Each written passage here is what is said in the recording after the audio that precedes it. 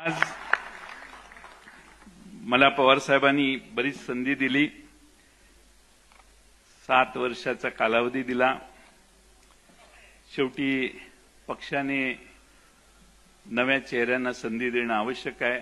या निमित्तानं तुमच्या सर्वांच्या देखत एवढीच साहेबांना विनंती करेन. ऐका, माझं भाषण मला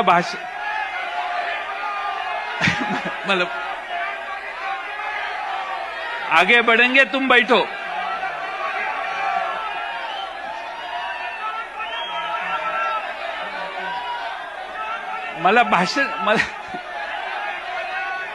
तुम बैठो, तुम्ही बसा, खाली बसा. नाना खाली बसा, खाली बसा. नाशिककरांनी खाली बसावं.